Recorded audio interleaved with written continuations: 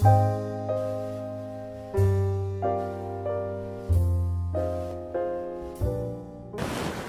Students, आज आप एक नवा टॉपिक ની શરૂઆત કરવાની છે। ગઈકાલ સુધી જેટલા પણ લેક્ચર ડિલિવર થયા છે એ બધા જ લેક્ચર તમે પ્રોપરલી નોટ ડાઉન કર્યા હશે અને એક બધા જ ટોપિક તમે તૈયાર પણ કર્યા હશે એવી આશા રાખું છું। ખૂબ ટૂંક સમયની અંદર હું તમને એક વર્કશીટ મોકલીશ। એ વર્કશીટની અંદર જેટલા ટોપિક કમ્પ્લીટ થયા છે એને રિલેટેડ જે ક્વેશ્ચન્સ આવતા હોય એનું તમારે સોલ્યુશન કરવાનું થશે। આજે આપણે ચેપ્ટરના કેલ્ક્યુલેટિવ પાર્ટની અંદર એન્ટ્રી કરવાના છીએ અને ખૂબ અગત્યનો ટોપિક છે। ટોપિકનું નામ છે વિદ્યુત ચુંબકીય વિકિરણનો તરંગ સ્વભાવ। ન્યૂટનના સમયની જો હું વાત કરું તો બહુ જ આદિકાળથી વિકિરણનો કણ સ્વભાવ જે છે એ પ્રચલિત હતો। 19મી સદીની અંદર વિકિરણના તરંગ સ્વભાવની પણ રજૂઆત થઈ। એટલે અહીં શરૂઆતમાં સમસ્યા એ હતી, વૈજ્ઞાનિકોને અમુક પ્રેક્ટિકલ એવા લાગતા હતા, અમુક એક્સપેરિમેન્ટ જ્યારે એ કરે ત્યારે એમને વિકિરણની કણ પ્રકૃતિ મળતી હતી, તો અમુક એક્સપેરિમેન્ટ કરે ત્યારે વિકિરણની તરંગ પ્રકૃતિ મળતી હતી। તો વૈજ્ઞાનિકોને સમજ નહોતું પડતું કે આવા બે પ્રકૃતિ આપણને શા માટે મળે છે। તો શરૂઆતમાં વૈજ્ઞાનિકોએ માની પણ લીધું કે વિકિરણ જે છે એ બે પ્રકૃતિ ધરાવે છે, તરંગ પ્રકૃતિ અને કણ પ્રકૃતિ। હવે બેટા ધ્યાન રાખવાનું એ છે વિદ્યુત ચુંબકીય વિકિરણનો તરંગ સ્વભાવ, એટલે આપણે અહીંયા તરંગ પ્રકૃતિની વાત કરવાની છે। સાની તરંગ પ્રકૃતિની વાત કરવાની છે, જેને આપણે ઇંગ્લિશમાં કહીશું ઇલેક્ટ્રોમેગ્નેટિક રેડિયેશન। શું નામ છે? Electromagnetic radiation. સમજો, મેક્સવેલે આ થિયરીની રજૂઆત કરેલી છે। મેક્સવેલ નામનો વૈજ્ઞાનિક છે અને એક સ્ટેટમેન્ટ એને આપ્યું છે। એ સ્ટેટમેન્ટ તમને સૌને ખબર છે। શું છે એ સ્ટેટમેન્ટ? સ્ટેટમેન્ટ એવું છે કે આ પરમાણુનું કેન્દ્ર છે અને અહીં ઇલેક્ટ્રોન પરિભ્રમણ કરે છે। તો આ ઇલેક્ટ્રોન એક કેવો કણ છે? વીજભારિત કણ। અને વીજભારિત કણ જ્યારે પણ પ્રવેગિત ગતિ કરે, આપણને ખબર છે કે આ ઇલેક્ટ્રોન પ્રવેગિત ગતિ કરે છે। કેમ? આ ઇલેક્ટ્રોન જે છે એ દર વખતે પ્રત્યેક નાના ઇન્ટરવલે પોતાનું ડાયરેક્શન શું કરે છે? બદલે છે। પ્રત્યેક નાના ઇન્ટરવલે પોતાનું ડાયરેક્શન તે બદલતો જાય છે। મતલબ અહીંયા આ ઇલેક્ટ્રોન એ કેવી ગતિ કરે છે? પ્રવેગિત ગતિ કરતો હોય છે। તો અહીં હું એક સ્ટેટમેન્ટ લખું છું જે આગળના લેક્ચરમાં પણ આપણે વાત કરી ચૂક્યા છીએ। વીજભારિત કણ જ્યારે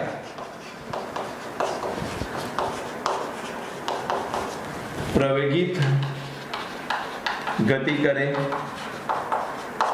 ત્યારે તે વિદ્યુતીય અથવા તો ત્યારે તે વિદ્યુત ચુંબકીય વિકિરણ ઉત્સર્જિત કરે છે। આ સ્ટેટમેન્ટ મેક્સવેલે આપેલું છે। શું કહે છે કે આ ઇલેક્ટ્રોન એ વીજભારિત કણ છે, જ્યારે એ પ્રવેગિત ગતિ કરે, ઇલેક્ટ્રોન હર પર પોતાનું ડાયરેક્શન ચેન્જ કરે છે। મતલબ કે એ ડાયરેક્શન પણ ચેન્જ થતું હોય તો એવી ગતિને આપણે શું નામ આપીશું? પ્રવેગિત ગતિ। તો આ ઇલેક્ટ્રોન કેવી ગતિ કરે છે? પ્રવેગિત ગતિ કરે છે, ત્યારે તે વિદ્યુત ચુંબકીય વિકિરણ ઉત્સર્જિત કરે છે। એટલે આ ઇલેક્ટ્રોન શું ઉત્પન્ન કરવાનો છે? પોતાના બોડીમાંથી વિકિરણ ઉત્સર્જિત કરે, જેને આપણે વિદ્યુત ચુંબકીય વિકિરણ તરીકે ઓળખીશું। તો અહીં વિકિરણ ઉત્પન્ન થાય છે, વિદ્યુત ચુંબકીય વિકિરણ। હવે પ્રશ્ન એ છે કે આ જે વિદ્યુત ચુંબકીય વિકિરણ છે એની પ્રકૃતિ કઈ? તો પહેલા સમયની અંદર વિકિરણની કણ પ્રકૃતિ સ્વીકારવામાં આવી હતી, ત્યારબાદ પ્રયોગોના અંતે એમાં તરંગ પ્રકૃતિ પણ હાજર છે એવું પણ સાબિત થયું છે, જેમાંથી આપણે તરંગ પ્રકૃતિની વાત અત્યારે કરવી છે। હવે બેટા વિદ્યુત ચુંબકીય વિકિરણ ઉત્પન્ન થાય છે તો સૌથી પહેલો પ્રશ્ન એ થાય કે વિદ્યુત ચુંબકીય વિકિરણ કહેવાય કોને? તો એની અંદર બે પ્રકારના ક્ષેત્રો આવેલા હશે, એક વિદ્યુતીય ક્ષેત્ર અને એક ચુંબકીય ક્ષેત્ર। હું અહીંયા બે પોઈન્ટ લખીશ અને બંને ખૂબ મહત્વના પોઈન્ટ છે, ધ્યાન રાખજો। સૌથી પહેલો પોઈન્ટ, ધારો કે તમારી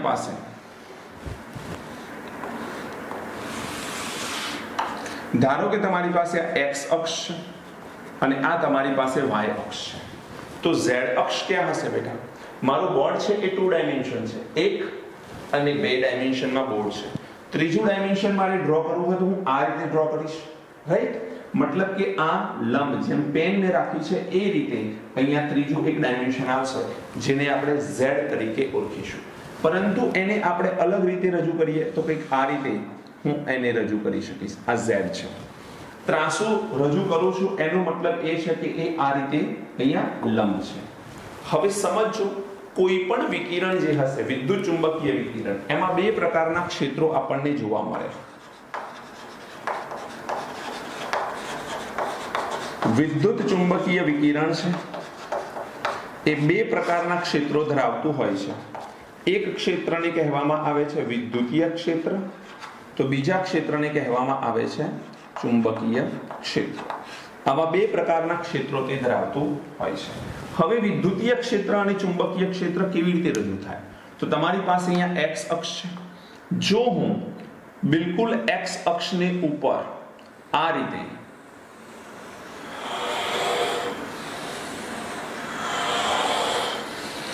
x અક્ષની ઉપર જ જ્યારે કોઈ એક ક્ષેત્ર ગતિ કરે છે, ધારો કે આ ક્ષેત્ર છે આપણું વિદ્યુતીય ક્ષેત્ર.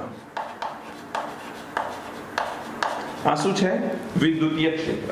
એટલે તમે વિચારજો, હું જો આ રીતે ત્રણ અક્ષને વિચારું તો આ છે તમારી x અક્ષ, આ છે y અક્ષ, આ z અક્ષ. અધરવાઇઝ આની રીતે લઈશું તો આ છે તમારી x અક્ષ, આ છે તમારી y અક્ષ અને આ છે તમારી z અક્ષ. હવે જો હું આને x અક્ષ માનીને ચાલું છું તો વિદ્યુતીય ક્ષેત્ર અહીંયાથી આ રીતે આગળ વધી રહ્યું છે. ખ્યાલ આવી ગયો? આ રીતે આગળ વધી રહ્યું છે. હવે મારે અહીંયા ચુંબકીય ક્ષેત્ર રજૂ કરવાનું છે. ચુંબકીય ક્ષેત્ર જુઓ તમે ધ્યાનથી, x અક્ષ જે છે એના ઉપર વિદ્યુતીય ક્ષેત્ર પાસ આઉટ થઈ રહ્યું છે. તો ચુંબકીય ક્ષેત્ર ક્યાં પાસ આઉટ થાય? તો એ અગેન આ જે x અક્ષ છે એને પણ પરપેન્ડિક્યુલર, મતલબ એને પણ લંબ તે પાસ થશે અને એ ક્યાં પાસ થશે? z અક્ષ ઉપર પાસ થશે. હવે એ z અક્ષ ઉપર પાસ થશે તો એને રજૂ કરવા માટેની પદ્ધતિ આપણી પાસે, હું એક અલગ પેનથી, અલગ ચોકથી પ્રયત્ન કરું કે જેથી તમને ખ્યાલ આવે.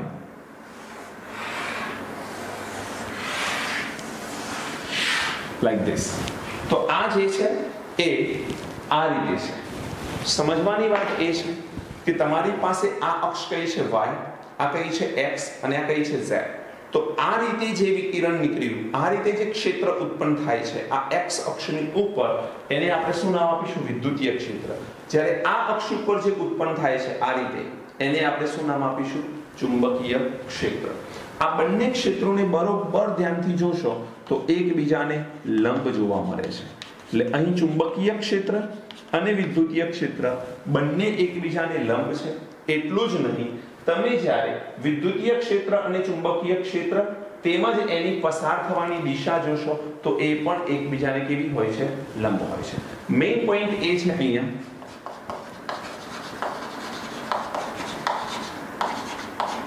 વિદ્યુતીય ક્ષેત્ર અને ચુંબકીય ક્ષેત્ર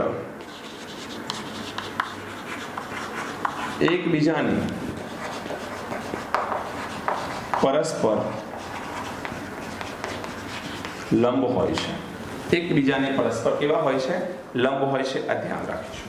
બીજો પોઈન્ટ, એક્ચ્યુઅલમાં વિદ્યુત ચુંબકીય ક્ષેત્રની વ્યાખ્યા શું થાય? ખ્યાલ છે? વિદ્યુત ચુંબકીય ક્ષેત્ર એટલે શું અથવા વિદ્યુત ચુંબકીય વિકિરણ એટલે શું, આ જો સમજવું છે તો તમને એ ખ્યાલ હોવો જોઈએ કે દુનિયાની અંદર બે પ્રકારના કણો છે અથવા બે પ્રકારના વિકિરણો છે. એક એવા વિકિરણો અથવા એક એવા તરંગો, આપણે તરંગની વાત કરીએ, એવા તરંગો જેને પ્રસરણ પામવા માટે માધ્યમની જરૂર પડે છે. તો એક એવા કણો અથવા એવા તરંગો જેને પ્રસરણ થવા માટે માધ્યમની જરૂર પડતી નથી. એટલે હું તરંગને બે ભાગમાં જો ડિવાઈડ કરું, એક એવા તરંગ જેને પ્રસરણ પામવું છે તો માધ્યમની જરૂર પડશે, જ્યારે એક એવા તરંગ જેને પ્રસરણ પામવું છે તો માધ્યમની જરૂર નહીં પડે. તો એ બે ભાગમાં આપણે ડિવાઈડ કરીશું, જેમાં ખાસ કરીને અવાજના તરંગો અને પાણીના તરંગો. સમજવા જેવી વાત છે.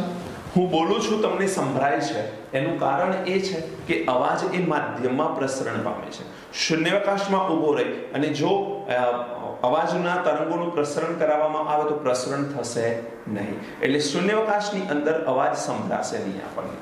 પાણીના તરંગો, તમે કોઈ ડેમ જોવા માટે ગયા હો તો ત્યાં પાણી સ્થિર છે, પરંતુ પવનની લહેરના કારણે પાણી ઉપર પણ શું જોવા મળે? તરંગો. હવે પવનની લહેર બોલું છું હું જ્યારે, તો ત્યાં કોની હાજરી છે? માધ્યમની, હવાની હાજરી છે. હવા એ માધ્યમ છે અને માધ્યમની હાજરીના કારણે તે શું જોવા મળે છે? તરંગો જોવા મળે છે. એટલે કહી શકાય કે અવાજના તરંગો અને પાણીના તરંગો માધ્યમની હાજરીમાં ટ્રાવેલ કરે છે. માધ્યમની હાજરીમાં જ ટ્રાવેલ કરી શકે છે, ગતિ કરી શકે છે. પરંતુ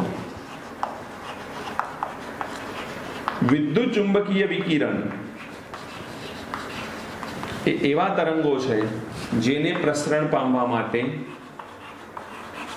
માધ્યમની જરૂર નથી. મતલબ તમે શૂન્યાવકાશની અંદર પણ પ્રકાશને પ્રસરણ કરાવવાનો પ્રયત્ન કરશો તો પ્રસરણ થઈ જશે ખરું. હવે અલગ અલગ માધ્યમની અંદર અલગ અલગ પ્રકારના તરંગોનું પ્રસરણ થતું હોય છે.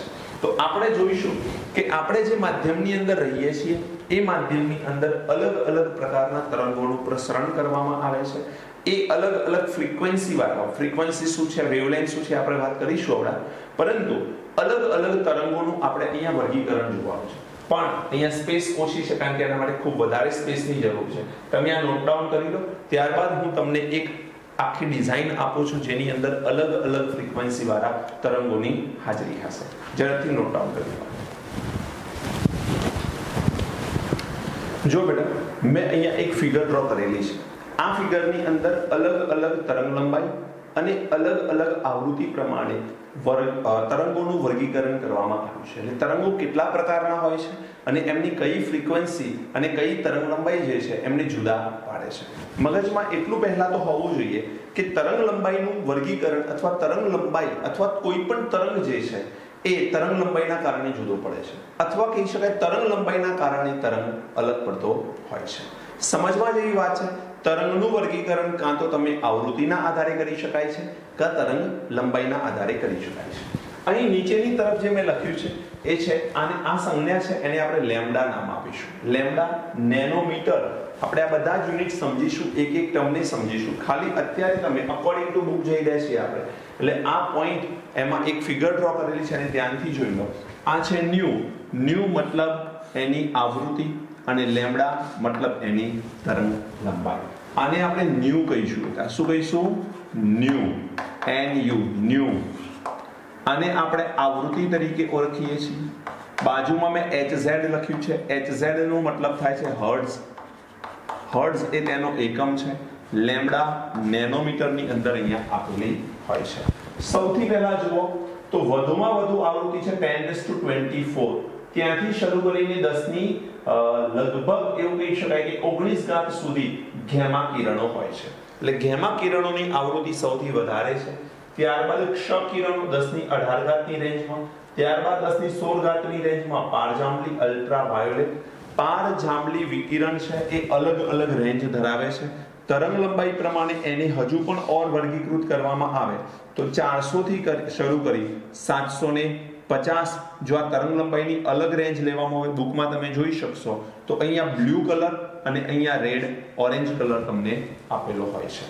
આની આપણે ચર્ચા આગળ જતા કરવાના છીએ, એટલે હાલ અત્યારે કોઈ ડિટેલમાં આપણે વાત નથી કરતા. IR ઇન્ફ્રારેડ આ વિકિરણ છે 10 ની 14 થી 10 ની 12 ની આસપાસ છે. સૂક્ષ્મ તરંગો જે છે 10 ની 10 ઘાત છે. રડાર માટે તેનો યુઝ કરવામાં આવતો હોય છે. રડાર શું છે તમને ખબર હોવી જોઈએ. બે પ્રકારના રડાર હોય છે, એક સમુદ્રની અંદર વપરાતા હોય અને એક એરોપ્લેનની અંદર વપરાતા હોય. સિગ્નલ જે મોકલવામાં આવતું હોય છે રડારથી કે ભાઈ પ્લેન આવી રહ્યું છે, પ્લેન ટેક ઓફ થવાનું છે, તો આ બધા પ્રકારના જે સિગ્નલ હોય છે એ સિગ્નલ રડાર દ્વારા મોકલી શકાતા હોય છે.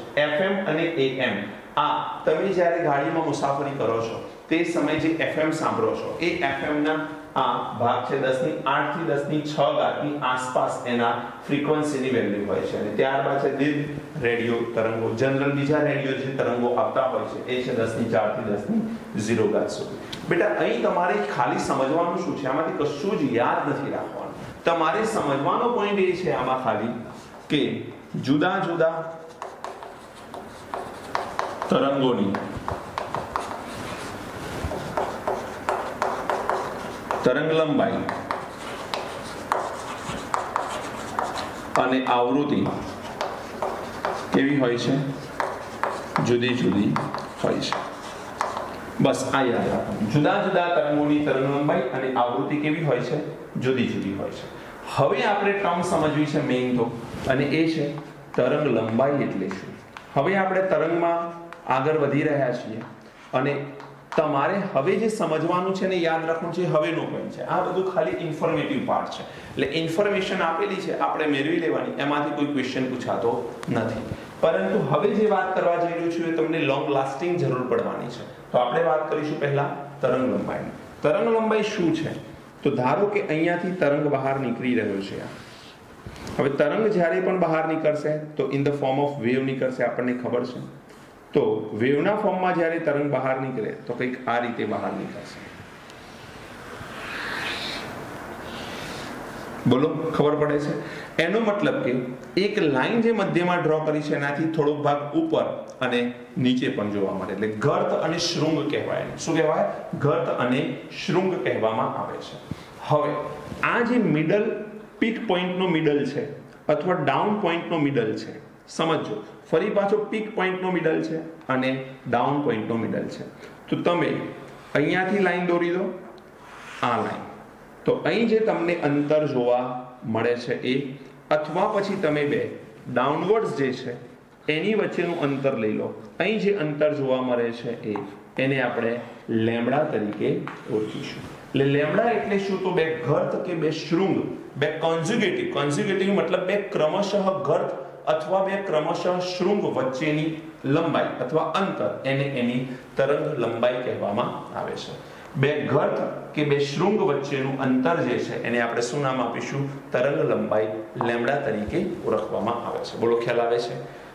અહીંથી શરૂ કરીને અહીં સુધીનું અંતર લેમ્બડા છે, અધરવાઇઝ અહીંથી શરૂ કરીને અહીં સુધીનું અંતર લેમ્બડા છે. કોઈ પણ બે કોન્ઝ્યુગેટિવ, બે ક્રમશઃ ગર્ત વચ્ચેનું અંતર કે બે શૃંગ વચ્ચેના અંતરને તરંગ લંબાઈ કહેવામાં આવે છે. અહીંયા વ્યાખ્યા આપણે લખીશું: બે ક્રમિક ગર્ત કે શૃંગ વચ્ચેના અંતરને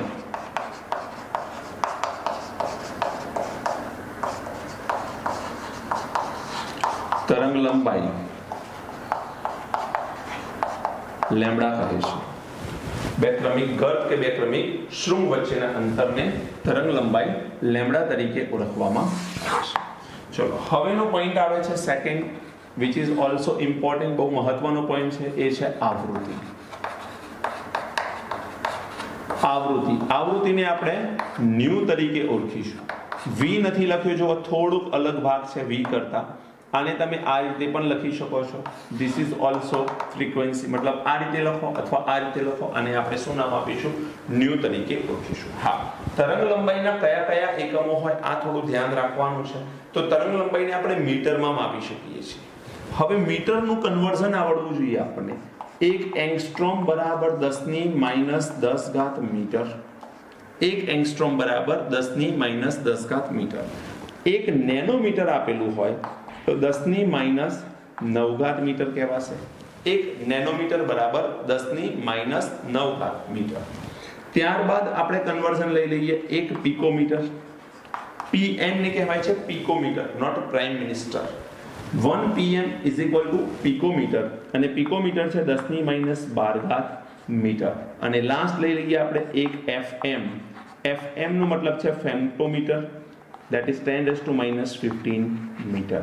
તો તમારે આ યાદ રાખવા પડશે. કન્વર્ઝન આની જરૂર પડશે. આપણે તમને એક્ઝામ્પલની અંદર વેલ્યુ એંગસ્ટ્રોમમાં આપેલી હોય, મીટરમાં પૂછી હોય, નેનોમીટરમાં આપે અને મીટરમાં પૂછે, પિકોમીટર કે ફેમ્ટોમીટરની અંદર આપે અને તમને મીટરમાં પૂછી શકે છે. તો તમને આ બધું જ ખબર રહેવું જોઈએ કે ભાઈ આમાંથી આપણે મીટરમાં કન્વર્ઝન કેવી રીતે કરી શકીએ છીએ. હવે આવી જાઓ આવૃત્તિમાં. આવૃત્તિ એટલે શું? તો એટલું યાદ રાખો, ધારો કે આ પર્ટિક્યુલર એક પોઈન્ટ છે, આ એક પોઈન્ટ છે, અને આ પોઈન્ટમાંથી હું 1 સેકન્ડની અંદર જેટલા વેવ પાસ કરું, 1 સેકન્ડની અંદર હું જેટલા વેવ પાસ કરી શકું આ પર્ટિક્યુલર પોઈન્ટ પરથી, એને આપણે શું કહીશું?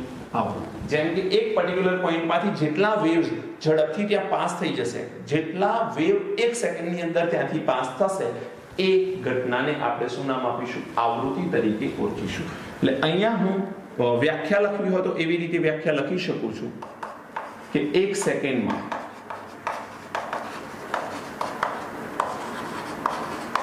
એક બિંદુએથી પસાર થતા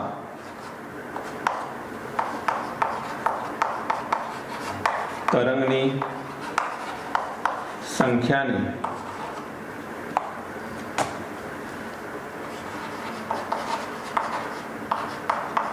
આવૃત્તિ ન્યુ કહે છે। આ પોઈન્ટ ધ્યાનમાં રાખવાનું છે તમારે। ઓકે, તો શું કીધું છે બેટા? 1 સેકન્ડમાં એક બિંદુએથી પસાર થતા તરંગની સંખ્યા। તો અહીંયા આનો એકમ શું હોઈ શકે વિચારો ચલો। 1 સેકન્ડમાં, પ્રતિ સેકન્ડ મતલબ સેકન્ડ ઇન્વર્સ આનો એકમ હોય, જેને આપણે ખાસ કરીને હર્ટ્ઝ તરીકે ઓળખીએ છીએ। હર્ટ્ઝને આપણે HZ તરીકે લખીશું। હર્ટ્ઝને HZ તરીકે લખવામાં આવતો હોય છે। બીજો પોઈન્ટ એ છે આની અંદર કે હર્ટ્ઝ જે છે એને કન્વર્ટ કેવી રીતે કરવાનું। ધારો કે તમને આપેલું હોય 1 mHz, જ્યારે કેપિટલ M આપેલો હોય તો એને મેગાહર્ટ્ઝ કહેવાય, અને મેગાહર્ટ્ઝ નો મતલબ થાય 10⁶ હર્ટ્ઝ। 10⁶ હર્ટ્ઝ કહેવાય। 1 કિલોહર્ટ્ઝ આપવામાં આવે તો આને કહેવાય 10⁻³ હર્ટ્ઝ। ધ્યાન રાખજો દીકરા, 1 સ્મોલ m લખેલો છે। હવે જો ઘણા વિદ્યાર્થીઓ અહીંયા કન્ફ્યુઝ થતા હોય, કેપિટલ M નો મતલબ થાય છે મેગાહર્ટ્ઝ અને સ્મોલ m નો મતલબ થાય છે મિલીહર્ટ્ઝ। બેમાં ફરક છે, ધ્યાન રાખજો। મિલીહર્ટ્ઝ અને મિલીહર્ટ્ઝ જ્યારે આપેલું હોય તો એનો મતલબ થાય છે 10⁻³ હર્ટ્ઝ, અને ત્યારબાદ છે 1 માઇક્રોહર્ટ્ઝ, આને કહેવાય મ્યુ। આ છે ન્યુ, આ છે મ્યુ, યાદ રાખજો। તો 1 માઇક્રોહર્ટ્ઝ, માઇક્રોહર્ટ્ઝ ને કહેવાય 10⁻⁶ હર્ટ્ઝ।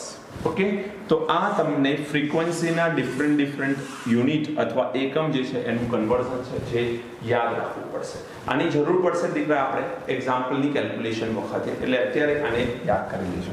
આની અંદર ઓર એક પોઈન્ટ હું તમને બતાવી દઉં કે કેવી રીતે આપણે નેનોમીટર ટુ એંગસ્ટ્રોમ કન્વર્ઝન કરી શકીએ છીએ। જુઓ, 1 nanometre is equal to 10⁻⁹ metre છે।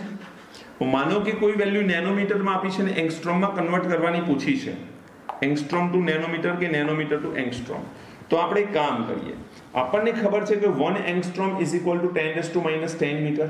હવે 10⁻⁻ મીટર કરવા માટે આ -9 ને -10 કરવા પડે, તો 10 વડે ભાગવા પડે, 10 વડે ગુણવા પડે। તો 10⁻⁹ ઇન્ટુ 10/10।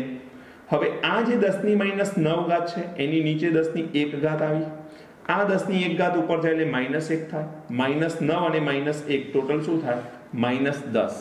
તો 10⁻⁻10 ઇન્ટુ 10, તો આ 10⁻⁻10 છે એને આપણે એંગસ્ટ્રોમ કહીશું, તો આને 10 એંગસ્ટ્રોમ કહેવાય। મતલબ ફાઇનલી એક રિલેશન આપણે મેળવી શક્યા, 1 nanometre is equal to 10 angstrom. આ તો સમજવાની વાત છે, બાકી તમે અહીંયા જોઈ શકો છો કે 1 ઘાતનો ફરક છે, ધેટ ઇઝ 10 એંગસ્ટ્રોમ। બોલો, ખ્યાલ આવી રહ્યો છે કે ક્લિયર?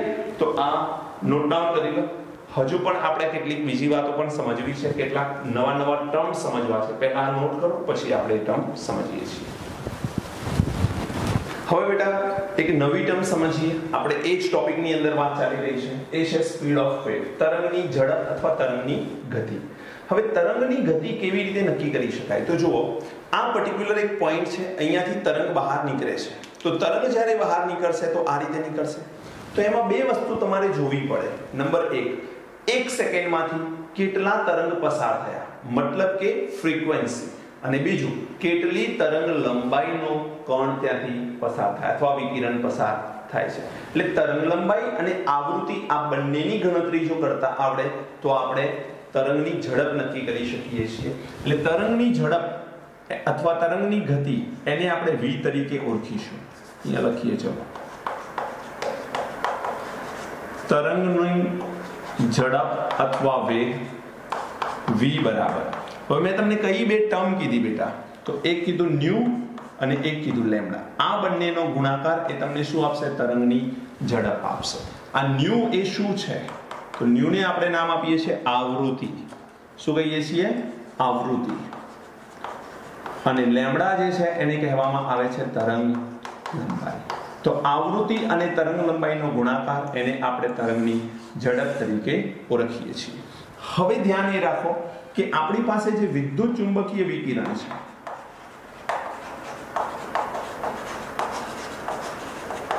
વિદ્યુત ચુંબકીય વિકિરણ, એને આપણે બીજું શું નામ આપી શકીએ છીએ? ઇલેક્ટ્રોમેગ્નેટિક રેડિયેશન ઇંગ્લિશની અંદર, રાઈટ? તો વિદ્યુત ચુંબકીય વિકિરણ જે છે એ ગતિ કરે છે તરંગ સ્વરૂપમાં એ સમયે, જ્યારે તે તરંગ સ્વરૂપે ગતિ કરે છે એ સમયે આપણે એને સ્પીડ ઓફ લાઇટની ગણતરી માટે યુઝ કરીશું. સમજી લેજો શબ્દને. વિદ્યુત ચુંબકીય વિકિરણ જ્યારે તરંગ સ્વરૂપે ગતિ કરે છે ત્યારે સ્પીડ ઓફ લાઇટની કેલ્ક્યુલેશન માટે આપણે એની જરૂર પડશે, એનો આપણે યુઝ કરીશું. હવે અહીંયા હું એક પોઈન્ટની ચર્ચા કરવા માંગુ છું કે કોઈ પણ માધ્યમની અંદર પ્રકાશ પસાર થાય અને માધ્યમ વગર પ્રકાશ પસાર થાય, બેમાં ઘણો ફરક છે. જેમ કે તમારી પાસે હવા છે અને હવામાંથી તમે વિકિરણ પસાર કરો છો, તો એ વિકિરણની સ્પીડ અને શૂન્યાવકાશમાંથી તમે જ્યારે વિદ્યુત ચુંબકીય વિકિરણ પાસ કરો છો એ સ્પીડ, બંનેમાં ઘણો ફરક હોય છે. એટલે અહીં હું એક વાત કરી દઉં જેને યાદ રાખી લેવાની, એની જરૂર કાયમ પડવાની છે, એટલે ખાસ ધ્યાન રાખી લેજો કે શૂન્યાવકાશમાં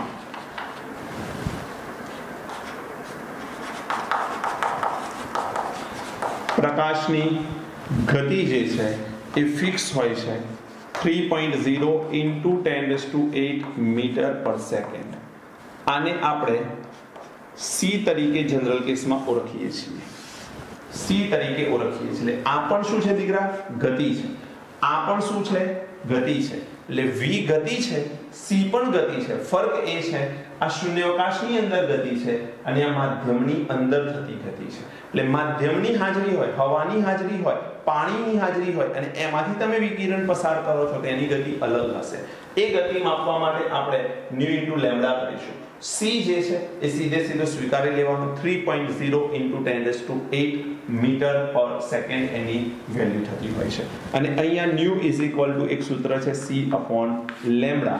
આ સૂત્ર કેવી રીતે આવ્યું તો કોઈ ઇમ્પોર્ટન્ટ નથી. અહીંયા જોઈ લો તમે, આ વીની જગ્યાએ સી મૂકી દો તમે.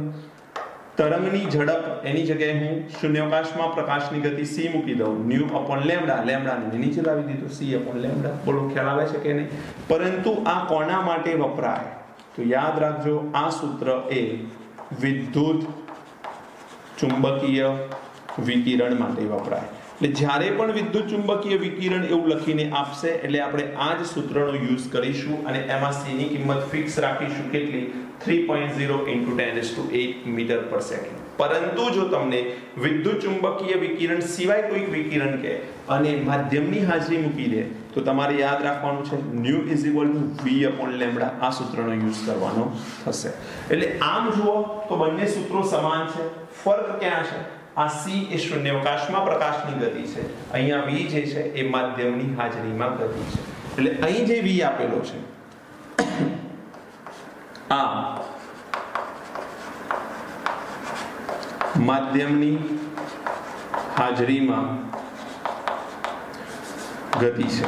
હવે એ ગતિ પ્રકાશની પણ હોઈ શકે અથવા પ્રકાશ સિવાયની કોઈની પણ હોઈ શકે છે, કોઈ કણની પણ આપી શકે છે.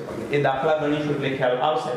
પણ ધ્યાન રાખજો દીકરા, કન્ફ્યુઝ ના થતા. અહીંયા સી શું છે તો શૂન્યાવકાશમાં પ્રકાશની ગતિ, એની વેલ્યુ ફિક્સ છે 3.0 into 10⁸. એક્ચ્યુઅલ માં તો 2.99 into 10⁸ આવે, પણ કેલ્ક્યુલેશનમાં સરળતા રહે એટલે આપણે એને 3.0 into 10⁸ લેતા હોઈએ છીએ. હવેનો પોઈન્ટ છે નંબર 4. ચલો અહીંયા લઈ લો. નંબર 4 છે જેને આપણે કહીશું વેવ નંબર, તરંગ સંખ્યા. તરંગ સંખ્યા એટલે ન્યુ બાર. બહુ જ સિમ્પલ છે. New bar is equal two 1 upon lambda. 1 upon lambda. મતલબ તરંગ લંબાઈનો વ્યસ્ત એ આપણને શું આપશે? તરંગ સંખ્યા આપશે. બહુ જ સિમ્પલ, યાદ રાખી લેવાનું સૂત્ર. બહુ આ ગણતરી કરવા માટે ઉપયોગમાં વપરાતું હોય છે. તરંગ સંખ્યા ગણો એવું કંઈક ક્વેશ્ચન આપેલો હોય જેમાં તમને બની શકે કે લેમ્ડાની કિંમત ન આપે, અને લેમ્ડાની કિંમત જ્યારે ન આપે તો બની શકે કે તમને ન્યુ અને સી આપે, અથવા ન્યુ અને વી આપે, અને લેમ્ડા શોધવો પડે. લેમ્ડા શોધી ત્યાં મૂકી દેવાનું, 1 લેમ્ડા કરશો એટલે તમને અહીંયાથી શું મળશે? તરંગ સંખ્યા મળશે. ઓકે બેટા, તો આ અલગ અલગ ટર્મ છે તરંગની. આ તરંગની ટર્મ બધી જ તમારે યાદ રાખવી પડે. હવે આપણે આ કેલ્ક્યુલેટિવ પાર્ટની અંદર એન્ટ્રી કરી ચૂક્યા છીએ.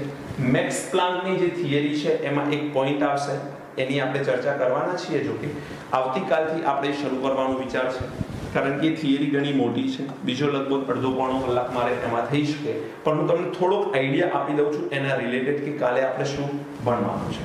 તો અહીંયા યાદ રાખજો, મેક્સ પ્લાન્કની આપણે ક્વોન્ટમ થિયરી ભણીશું કાલે. Quantum theory. હવે ક્વોન્ટમ થિયરી શું છે? તો અહીંયા 2 થી 3 પ્રશ્નો તમારા મગજમાં ઉદ્ભવી શકે. એકચ્યુઅલી કામ કરીએ, હું તમને ક્વેશ્ચન આપું, તમે પ્રયત્ન કરો એને શોધવા માટે. જેમ કે આવતીકાલે આ થિયરી સમજવા માટે સૌથી પહેલા તમને ખબર પડવી જોઈએ કે what is the meaning of quantum. બીજું તમને ખબર પડવી જોઈએ કે what is the meaning of photon. તો ક્વોન્ટમ એટલે શું? ફોટોન એટલે શું? ક્વોન્ટમનો ફોટોન સાથે કોઈ રિલેશન હોઈ શકે છે? અને એનો ઉર્જા અને આવૃત્તિ સાથે સંબંધ શું છે? મતલબ ફોટોનની ઉર્જા અને ફોટોનની આવૃત્તિ એની વચ્ચેનો સંબંધ શું? આ 3 પ્રશ્નોના જવાબ આપણે આવતીકાલના લેક્ચરમાં મેળવીશું. ઓકે બેટા, તો જે પણ મેં અહીંયા તમને શીખવાડ્યું છે આજે, એકચ્યુઅલી ટર્મ જ વધારે પડતી શીખવાડી છે આજે, એટલે હવે આની જરૂર આપણે એક્ઝામ્પલમાં પડશે. એટલે જેટલા પણ ફોર્મ્યુલાસ છે એને અલગ પેનથી તમે બ્લોકમાં લખો, કારણ કે એની વારંવાર તમારે જરૂર પડવાની છે. વારંવાર તમારે એનું રિવિઝન કરવું પડશે, નહીં તો ભૂલી જવાશે. એટલે I request all of you, અને એવી રીતે લખો કે જેથી તમને વાંચવું ગમે. એક દીકરીએ મને વોટ્સએપ કર્યું હતું જ્યારે, તો એના પેજનો એને ફોટો મૂક્યો હતો. આઈ એમ ઇમ્પ્રેસ્ડ, કારણ કે એને લખ્યું હતું સખત, એટલું વ્યવસ્થિત રીતે એને એ લખેલું હતું કે જેથી મને ગમ્યું કે આ રીતે જો લખાણ હશે તો બાળકને પોતાની નોટબુક વાંચવી પણ ઘણી ગમી શકે છે. ઓકે બેટા, તો અહીંયા આજે લેક્ચર પૂરું કરીએ છીએ. આવતીકાલે મળીશું ફરીથી નવા લેક્ચર સાથે, નવા ટોપિક સાથે. God bless you. Thank you very much.